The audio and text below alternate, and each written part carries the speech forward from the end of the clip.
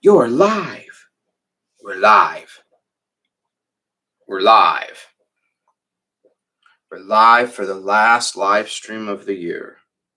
It's going to be a quick one, hopefully 20 minutes. We just got a year-end goodbye, basically. I mean, that's really it. There's not much going else on, you know.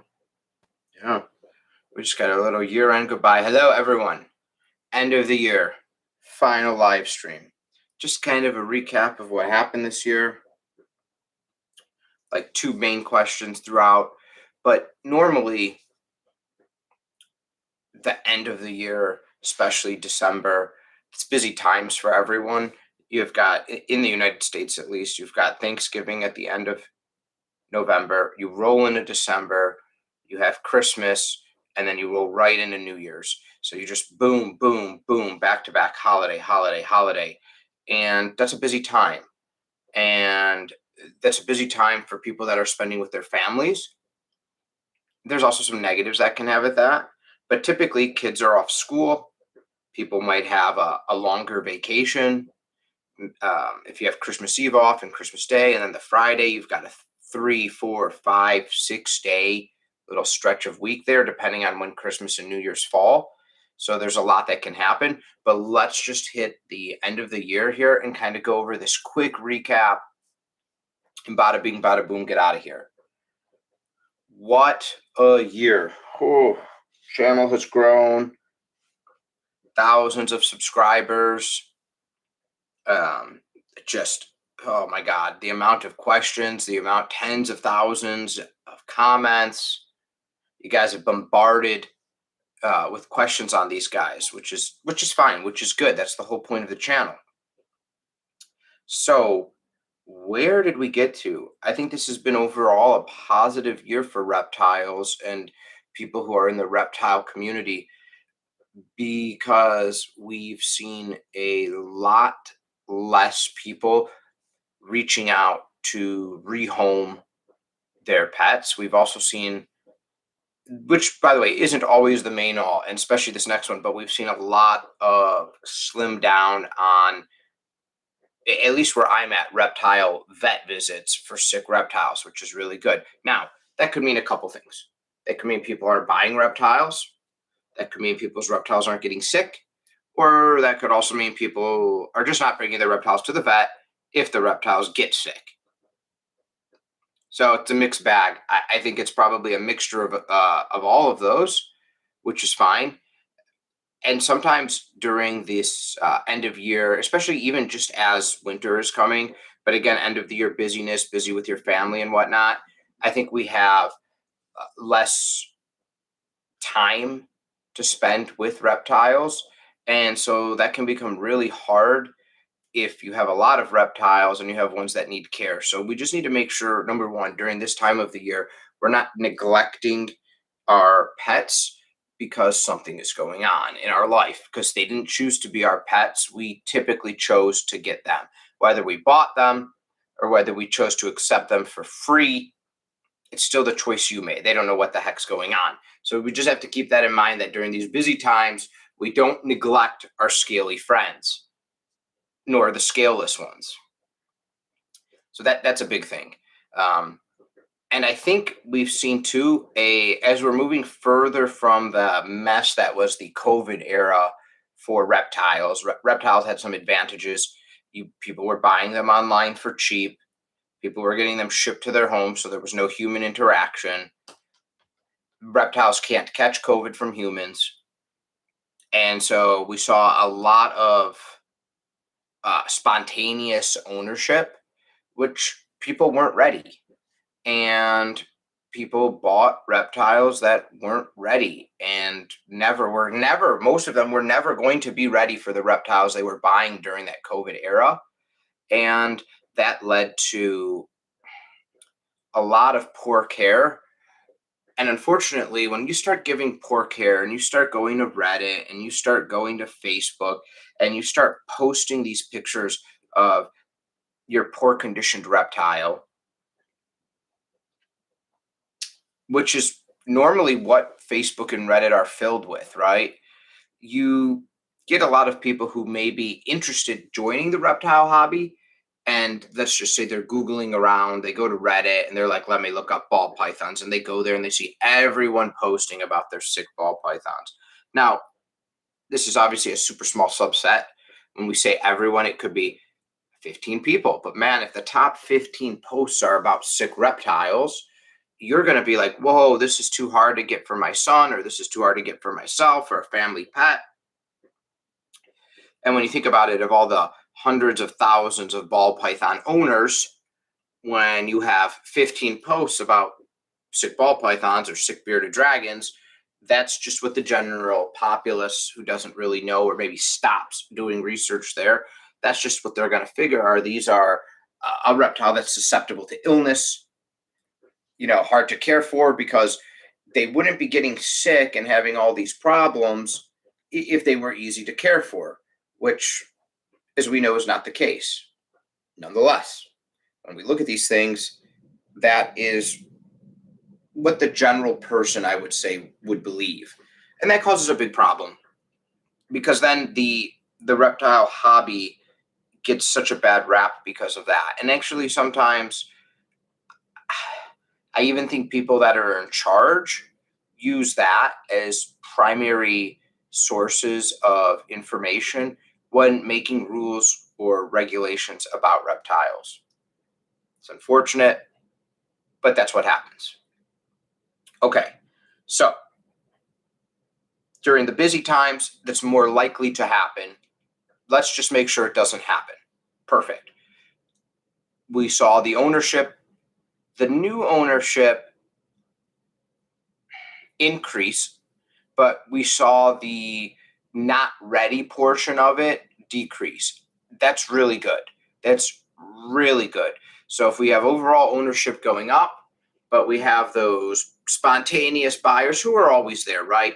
People, you go to a reptile show, you look around, oh my God, that little baby lizard is so cute. And oh God, it looked in my eyes and we made a connection, and I'm buying it because of course I can take care of it. Look how small it is. And, I don't have to pay a lot of money to feed it because it's so small and it can live in a small tank. And the reptile person is telling me buy this small tank and blah, blah, blah. And that just turns into a mess. And that type of ownership has gone down. Now, that's typically, I was going to say, that's not much different from dogs, right? What happens if you live in a small one-bedroom apartment and you buy a Great Dane puppy? That's going to turn into a big dog, right? But the thing is, there's a cost difference. You can get into 1,000, 2,000, 3,000 for a purebred puppy specialty, and especially by the time you're done with your vet visits and everything like that. And that's a stop. Everyone thinks about that and they're like, wait a second. I'm buying this dog who is a puppy now, smaller, very cute. We've locked eyes. He chose me. I didn't choose him. Right. And it's small now and they don't look at it. We'll get bigger right away. But the first thing that's going to hit their eyes is the price. That's always going to hit people's eyes first. Boom. Whoa. This dog costs $3,000. Then, because they've had that pause, that small pause, even if $3,000 is nothing to the person, because they've had that small temporary pause at that time, they now say, what else comes with this? I have to take it outside to take a poop and pee. Okay, well, I live on the second story of an apartment complex. That means we're going downstairs. Oh, well, you can buy it pee pads. Yeah, I've seen dogs pee on pee pads. I don't know if I want like a adult Great Dane taking a crap on a pee pad in the middle of my bedroom. It's probably not what everyone's thinking about when they think that dog ownership. So again, that's gonna hit you, and you're gonna be like, okay, yeah, and it's gonna get bigger. I don't have a yard, so people typically don't buy into that as much as the wrong buy. But now you look at the reptile. We're gonna use a snake for an instance. Wait a second. I'm buying something that's starting yay big, 8 to 10 inches, thin, a pinky mouse once a week. I can buy it in bulk frozen. It's in a tank. It poops and pees in the tank. I gotta do pretty good to clean that tank. Probably don't have to do perfect, but I gotta do fairly well. If I see the poop, I'll pick it up. If I don't, whatever. And that leads to that mentality going the whole way. But now you're like, well, it's a normal ball python. You don't have that price shock of the thousands locking you back. You're like, oh, it's on sale, $35. And I have an old fish tank from when I grew up as a kid. And I can flip a shoebox upside down and make it be the hide. Yeah, let's go for it. If it works, it works. If it doesn't, I recycled the stuff I already owned. So what am I out? $10 in pinky mice and $35 for the snake that I'll throw away in the garbage if it dies. That's a bad rap.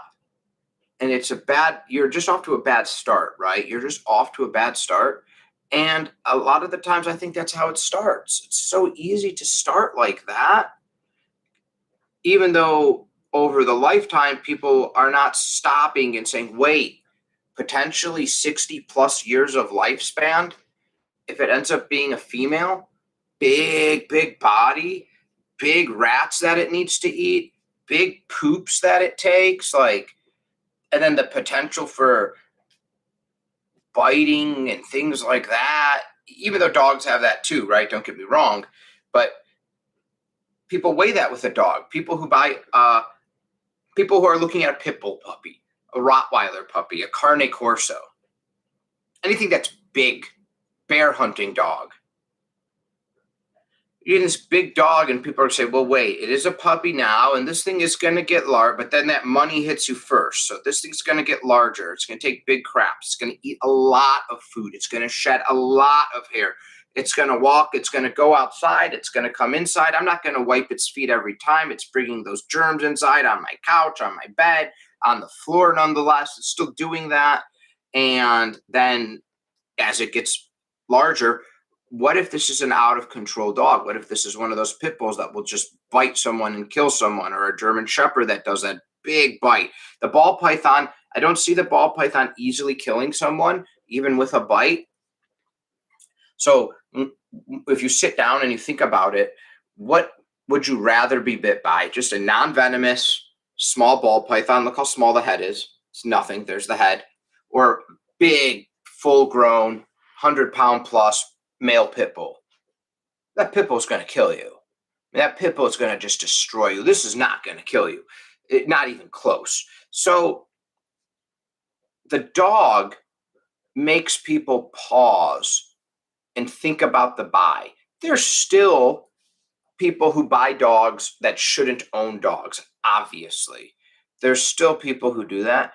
But the dog makes you pause before you get it, because you think about all of that work and the potential for danger and all of that money up front and over the long term, right? It's a male dog. Now I got to get it neutered. Now I've got to do this and that. And so you think of all those issues right away, most people, before you make the buy. And those issues I stated are pretty common. Like, even if you're not a dog specialist or anything, you still think of those things. But someone who goes in that is not a reptile specialist, so you're on equal field, you don't know, you're not anything special with snakes, but you just go in and you see the cheap, you see the small, you have no idea what it becomes. And that can happen, right? If you go into if anyone who looks at a dog just says, okay, this thing, get rid of like Chihuahua and all those little foo-foo dogs. You see a dog, you see a German Shepherd puppy, you see a Golden Retriever, you see a Labrador, and you're like, okay, this thing is going to get to a decent size. Some of them bigger and wider and heavier than the others, but everyone in their mind knows what a large dog. You see it on the typically a German Shepherd style dog, but you see it on the box of things. Small dog, medium dog, large dog, and like it's a shadow, right? And it's always a German Shepherd style dog. Okay, so now when you go into a pet store and you see a baby bearded dragon, right? It's littered with it. How many people know what that bearded dragon's going to become? What if it's a male? What if it's a female? Do they know the size? Do they know 24 inches? Do they know possibly more now? Probably not. Okay. Now, when you see the baby snake, and well, let's say it's a ball python, not sexed, obviously. It's at Petco, it's at PetSmart. Do you know that that female is going to get to 4, 5, 6 feet potentially? Do you know your male is going to get to 2, 3, 4 potentially?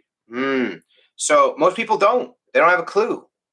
They either think every snake is going to stay small like a corn snake, even though corn snakes get long, they're just skinny, or they think every snake is going to get huge like some fake snake they've seen in a movie or some wild snake that's eaten an underfed old woman in Indonesia, which, as we know, that spectrum is so far in between. So that's there with lizards and with snakes. And we've seen that even with multiple male monitor lizards, just grossly different sizes. Why? Who knows? Genetics, right? Why is my brother 6'3"? Who knows?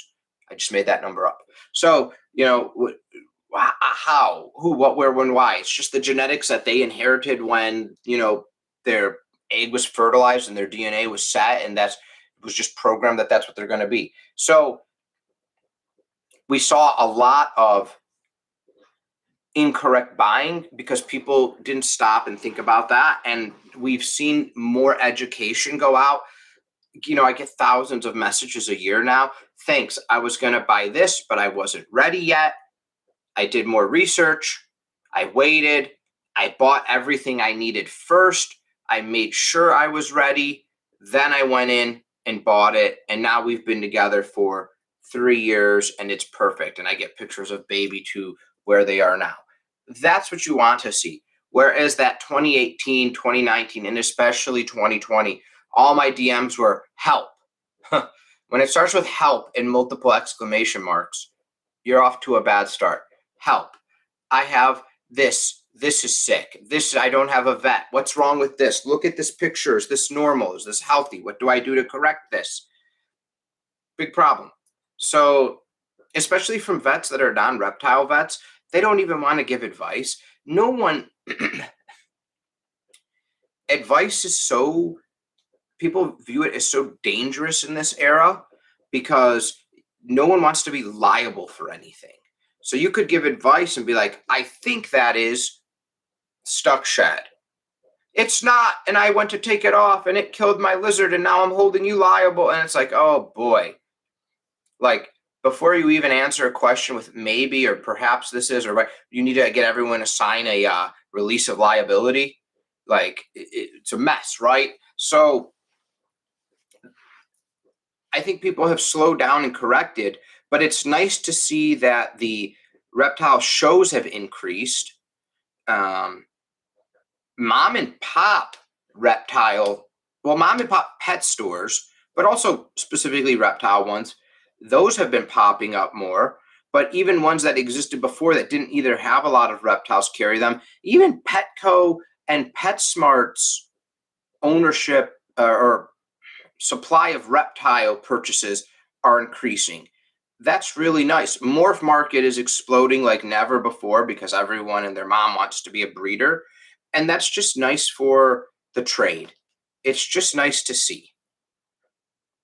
So I think that's my end of year rant, which is I don't really have much to go on other than that. I just wanted to come out there and talk about how we've seen that massive shift and I may make a more detailed, more scripted video on that, but it's nice to see that we have that shift in ownership from the reckless. And by the way, there are people who were spontaneous buyers who never owned a reptile before, who have bought their first reptile on a whim and have done a great job with it. There also are people who did a ton of research and bought things beforehand, and they didn't really do a great job. Maybe they got bored because I can't cuddle and take my nap with my ball python, and because it will, just escape into the home and I'll never find it again. So sometimes people buy things and, the experience they thought was going to happen didn't happen. And now they've got a pet they don't really care about. And other times people are shocked, like, hey, I bought this lizard and we watch, Family Feud every night with Steve Harvey sitting on the couch next to each other, laughing, watching it. And they never thought that would happen. So the expectations work both ways. Um, Even if you do research and even if you don't. But always doing research, I think, sets you up for a better chance. All right, that's it. That's what a quick end of live stream. People are on big vacations, big weekend, Christmas weekend. Hopefully, everyone had a nice Christmas. We will talk at the end of January. Take care, everybody.